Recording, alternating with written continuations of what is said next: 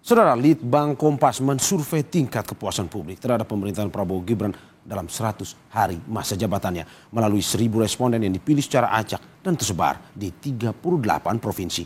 Survei dilakukan melalui wawancara secara tatap muka yang diselenggarakan pada tanggal 4 hingga 10 Januari 2025. Tingkat kepercayaan survei ini adalah 95% dengan margin of error sekitar 3,10%. Dalam kondisi penarikan sampel acak sederhana, survei Litbang Kompas ini sepenuhnya dibiayai oleh Harian Kompas. Dan kini kita akan bahas hasil survei Litbang Kompas terhadap pemerintahan Prabowo Gibran, tingkat kepuasan publik terhadap pemerintahan Prabowo Gibran dalam 100 hari masa jabatannya di bidang Polkam atau politik keamanan. Sudah bersama kami peneliti senior Litbang Kompas, Toto Suryaningtyas. Mas Toto, selamat pagi Mas. Selamat Terima pagi. kasih sudah ada di studio Sapa Indonesia Pagi. Yap. Mas, ini kalau kita melihat, ini kita bahas dulu dari tingkat kepuasan 100 hari pemerintahan Prabowo Gibran yang ada di belakang kita. 80,9% survei tingkat kepuasan ini begitu tinggi. Mas Toto bisa jelaskan 80,9% bagaimana bisa melihat kepuasan begitu tinggi di 100 hari pertama? Baik. Pertama-tama kita harus ingat bahwa Pak Prabowo ini mempunyai modal politik yang cukup besar. Dan kalau kita bandingkan dengan survei terakhir yang dilakukan pada Juni 2024, itu angkanya sebetulnya sudah hampir mirip. Gitu, hampir mirip, tetapi memang masih 75%. Tetapi khusus untuk yang politik nanti, kita akan lihat bahwa angkanya sebetulnya hampir mirip, 85%. Nah, kenapa ini bisa demikian? Kalau menurut hemat kami, ada kapital politik yang memang sudah dibawa oleh Pak Prabowo ini, yang dia ada sejak beliau ikut di dalam kontestasi lembaga kepresidenan. Nah, kapital politik ini lalu ditambah oleh pemilih-pemilihnya Pak Jokowi. Oke, berarti ada gabungan nih Mas? Ada gabungan, sehingga di situ kita bisa lihat kenapa di dalam triwulan ini itu kita bisa melihat ada cara mengapresiasi yang berbeda dari publik. Karena begini Mas Mario, kalau kita misalnya sedikit mereview ke belakang, pada masa pemerintahannya Pak Jokowi JK maupun Jokowi Ma'ruf, itu kalau kita pilah antara kepuasan terhadap pemerintahan dari pemilihnya Pak Jokowi dan pemilihnya Pak Prabowo, karena kebetulan di dua term itu kan mereka berkompetisi, itu hampir separuhnya. Jadi kepuasan yang disuarakan oleh pemilih Jokowi itu hampir 2 kali lipat dari kepuasan disuarakan oleh Pak Prabowo. Apapun kondisi yang terjadi, baik di politik, di hukum, ekonomi, kesos. Jadi itu menggambarkan bahwa memang sekarang ini ketika lalu yang menjadi presiden adalah Pak Prabowo Subianto, itu kapital yang diemban oleh beliau itu memang menjadi baseline yang kuat. Yang lalu itu ditambah oleh para pemilih Pak Jokowi yang kebetulan masih terus mengikuti dalam hal ini inklinasi atau arahan beliau. Dalam ini ketika Gibran Rakabuming menjadi wapres. Karena juga ada dari pemilihnya Pak Jokowi ini yang dia berafiliasi kepada PDIP misalnya, itu tentunya dia mempunyai jalur apresiasi yang berbeda. Oke, Mas Toto, Anda mau bilang bahwa konsolidasi politik 100 hari pemerintahan Prabowo Gibran ini berjalan berhasil dalam arti bahwa merangkul semua, baik itu pendukung presiden-presiden sebelumnya, pendukung Presiden Jokowi, pendukung Presiden SBY, dan juga pendukung Presiden Prabowo sendiri. Ya, betul. Jadi kalau kita mau memakai ukuran tadi konsolidasi politik apa? Satu, partai-partai, ya. Yang kedua adalah isu di masyarakat, itu memang relatif berhasil. Oke, kita bandingkan misalnya dengan tahun awal pemerintahan Jokowi di 2015. 2014-2015 ya, triwulan pertamanya kan di Januari 2015, itu kita lihat bahwa tingkat kepuasannya hanya 63, sekitar 7%, 63,5 sampai 63,7%. Itu karena pada saat itu terjadi dispute. Jadi pertama penyusunan kabinet kerja pada waktu itu ada problem, kemudian juga ada waktu itu kisruh tentang pemilihan Kapolri. Waktu itu ada isu Pak Budi Gunawan yang ditentang. Kemudian juga ada isu cicak buaya. Jadi antara waktu itu KPK masih pada periodenya Abraham Samad ya. Itu cicak buaya jilid 2 ada di situ.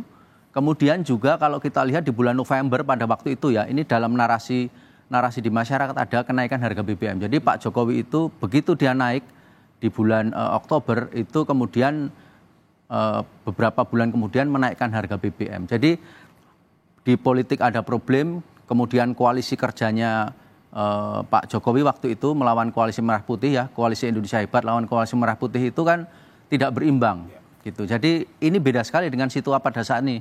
Ketika koalisi kerjanya Pak Prabowo itu sudah mampu menghimpun 81% ya dari kekuatan politik yang ada di parlemen. Jadi hampir seluruh partai-partai itu masuk sekarang dalam koalisi Indonesia Kim Plus, sementara yang di luar hanya tinggal PDI Perjuangan.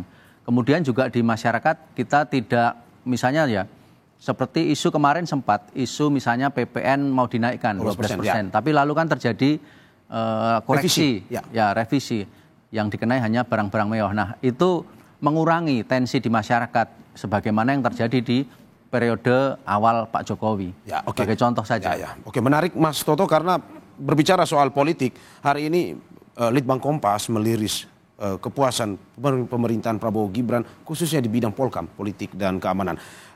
Di mana dari hasil survei Litbang Kompas menunjukkan yang pertama bahwa ini kita akan menunjukkan pada Anda. Tingkat kepuasan terhadap pemerintahan Prabowo Gibran bidang politik dan keamanan cukup tinggi, Mas. Ya. Di angka 80% juga. Tetapi kalau kita melihat per aspek yang ditampilkan ini subindikator ya. Subindikatornya. Ini kalau menjelaskan ini seperti apa, Mas? Baik, pertama-tama kalau angka ini dirangkum, kemudian dirangkumnya tidak di rata-rata ya, tetapi di indeks kemudian baru di rata-rata itu adalah angkanya 85,8%. Jadi apresiasi terhadap bidang Polkam untuk triwulan pertama pemerintahan ini adalah 85,8%. Angka termasuk tinggi atau bagaimana, Mas? Itu termasuk tinggi rata. Oke. Dalam arti tinggi rata adalah beberapa bulan yang lalu ketika terjadi peralihan dari pemerintahan ini di bulan Juni 2024, jadi proses kan pada waktu itu terjadi transisi dan sudah terjadi pernyataan-pernyataan dukungan ya dari Pak Jokowi kepada Pak Prabowo. Itu juga angkanya sebetulnya 85, sekian persen, sedikit di bawah ini. Naik 0,3% kalau tidak salah. Hanya naik 0,3%. Tapi kalau kita lihat di subindikator, misalnya di sini kita lihat bahwa ada 5 rincian dari kepuasan pada bidang politik dan keamanan, mencakup aspek-aspek yang sebetulnya meliputi aspek-aspek penting dari demokratisasi itu sendiri. Misalnya yang paling penting, Mas Mario, adalah kebebasan berpendapat. Kebebasan berpendapat, kemudian kemampuan masyarakat untuk mendapatkan akses mengontrol jalannya pemerintahan, itu kan hal-hal yang paling penting dari demokrasi. Itu apresiasinya tinggi, 83, sekian persen. Kemudian juga sikap toleransi, 88,6%. Ini membangun sikap menghargai perbedaan ini biasanya kalau kita bandingkan dari periode-periode yang lalu dalam apresiasi bidang politik, ini biasanya menjadi paling tinggi, Mas. Dan ini menjadi ukuran yang sensitif kalau menurut kami. Dimana kalau aspek ini sudah turun, itu yang lain juga bisa bahaya. Sama juga ketika aspek politik ini, kalau politik ini turun, itu yang lain bisa bahaya. Makanya kelihatan bahwa pemerintahan sejak Jokowi, bahkan sejak zaman SBY, itu politik itu dijaga sedemikian tinggi. Supaya dia bisa menjadi baseline stabilitas politik untuk bidang-bidang lain. Fondasi lah ya. Tetapi memang masih ada kendala di, di bidang penanganan konflik antar kelompok, terutama isu separatisme yang kita lihat angkanya masih relatif paling rendah, 72,5%. Ya, betul. Mas, bagaimana menjelaskan bahwa ini membangun sikap menghargai perbedaan paling tinggi, 88,6%. Bagaimana menjelaskan bahwa masyarakat pada akhirnya puas terhadap sikap pemerintahan Prabowo menghargai perbedaan?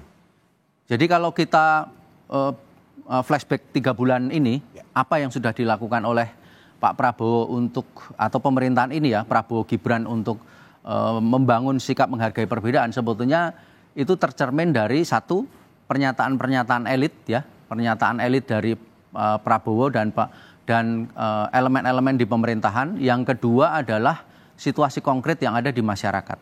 Jadi Misalnya Pak Prabowo itu pada waktu pelaksanaan pilkada, jelang pilkada 27 tahun politik 2024 ya? Iya, 27 November 2024 kemarin kan pertama-tama itu kan beberapa waktu sebelumnya beliau menyatakan bahwa alangkah baiknya jika semua bisa masuk. Bisa masuk dalam gerbong pemerintahan yang baru sehingga bisa membangun negara ini secara bersama-sama. Tapi belakangan ketika ada dispute waktu itu, dispute di Pilkada Banten ya misalnya, lalu Golkar akhirnya mendukung Ibu Airin misalnya kayak gitu. Itu lalu Pak Prabowo di dalam statementnya lalu menyatakan bahwa ya itu enggak apa-apa lah. Pilkada itu kita serahkan pada yang muda-muda. Yang penting kita bersama-sama gitu. Silahkanlah mau pasangan parpol A dengan parpol B, tidak harus semuanya di dalam satu gerbong Kimples. Nah itu kan wujud dari sikap menghargai perbedaan. Itu di kalangan elit. Nah itu kan turunan ke bawahnya menjadi bagus Mas. Kemudian juga kita tidak lagi melihat di masyarakat selama 3 bulan ini, misalnya demo-demo besar. Jangan salah bahwa demo-demo yang sifatnya konflik, yang sifatnya membenturkan isu horizontal, terutama berbasis pada isu-isu SARA misalnya, itu sensitif. Dan itu tercermin pada waktu 2019 ketika awal periode kedua Pak Jokowi. Periode kedua Pak Jokowi itu kalau kita flashback ke belakang, kepuasan bidang politik ini bukan 85% begini Mas. Tetapi cuma 66% sekitar itu. Jauh di bawah ini ya? Jauh di bawah. Ya. Karena pada waktu di masyarakat terjadi demo-demo yang sebetulnya terkait, kalau Mas Mario ingat itu terkait dengan revisi Undang-Undang KPK. Ya. Jadi ada soal demo-demo yang terkait dengan revisi Undang-Undang KPK yang lalu dia berimbas pada asumsi atau anggapan di masyarakat bahwa saat ini terjadi konflik di penyelenggaraan pemerintahan. Selain kita melihat terkait dengan membangun sikap menghargai perbedaan, yang tertinggi kedua di 83,7% menjamin warga bebas berpendapat. 100 hari pertama Anda melihat Prabowo Gibran memberikan kebebasan kepada masyarakat untuk bisa berpendapat secara bebas atau bagaimana? Ya, ini terkait dengan kalau kita ingat pada waktu periode Pak Prabowo masih menjadi calon presiden, itu selalu ada dalam tanda petik kekhawatiran ya, bahwa kalau Pak Prabowo ini naik karena beliau dari tentara, lalu akan ada pendekatan yang lebih ketat ya, yang lebih rigid gitu. Misalnya orang takut bahwa nantinya ketika orang berpendapat berbeda, dia akan diingat atau dicatat by name by address misalnya. Nah itu kan kekhawatiran-kekhawatiran yang muncul gitu, karena merefleksikan apa yang terjadi di masa sebelumnya ketika periode awal reformasi, di mana Pak Prabowo memang terlibat dalam beberapa kasus di sana. Nah aspek-aspek itu kan yang dikhawatirkan publik. Nah tetapi terbukti selama triwulan ini hal-hal yang dikhawatirkan itu tidak terjadi. Buktinya masyarakat bisa menyuarakan secara bebas. Paling tidak di media sosial ya, meskipun di media sosial juga kita tahu bahwa di sana banyak yang anonim sebetulnya. Tetapi toh kita bisa lihat banyak sekali kasus, terutama kasus-kasus hukum, yang itu misalnya kasus hukumnya bukan hanya sesama warga negara, tetapi antara warga negara dengan misalnya polisi, dengan TNI, atau dengan pejabat, atau bahkan dengan pejabat tinggi misalnya, atau bahkan pejabat tinggi melakukan pelanggaran lalu lintas misalnya, itu bisa dinyatakan secara terbuka tanpa ada kekhawatiran bahwa akan terjadi risiko terhadap keamanan dirinya. Nah hal-hal itu kan membuat bahwa ternyata pemerintahan ini tidak seperti yang dikhawatirkan gitu Mas Mario. Mas, ini singkat saja terkait dengan indikator rasa aman bagi masyarakat Indonesia. Terkait dengan ini kepuasan memang merata. Kalau dari survei di Bank Kompas bahwa kalangan muda pun menyetujui terkait dengan Polkam ini ada kepuasan. Pun juga kelas ekonomi atas dan bawah pun memberikan rasa yang imbang terkait dengan kepuasan ini. Indikator rasa aman ini seperti apa Mas? Singkat saja. Ya benar Mas Mario tadi, jadi dari berbagai latar belakang responden ketika kita cek, baik demografi, aras politik, usia dan seterusnya, itu memang relatif berimbang. Artinya angka-angka ini memang merata ya. Untuk rasa aman ini terutama adalah rasa aman dari ancaman terhadap dirinya dalam hal kriminalitas, tapi juga sebetulnya juga tidak hanya di dalam negeri tapi juga di luar negeri. Dalam hal inilah adalah nasib para TKI dan TKW. Dan yang kita dapat memang angkanya 77%, bukan angka yang terbaik, tetapi angka ini cukup baik, tapi dengan catatan. Karena kita tahu bahwa belakangan ini kriminalitas memang, terutama kriminalitas yang sifatnya di lingkup orang-orang terdekat, itu sekarang cukup tinggi di masyarakat. Masif ya. Ya, oke. Dan kita harapkan apa yang disampaikan dari Litbang Kompas, survei 100 hari Prabowo Gibran, terutama di bidang Polkam, bisa memberikan masukan kepada pemerintahan kali ini untuk tetap menjaga bagaimana konsolidasi terus berjalan, tapi juga program di lapangan semakin terus. Masyarakat bisa terus menjaga solidaritas dan menghidupkan nilai-nilai demokrasi. Itu yang penting. Terima kasih Mas Toto Suryanintias, peneliti senior Litbang Kompas, atas kehadirannya di Sapa Indonesia Pagi. Sehat-sehat selalu Mas. Sehat-sehat.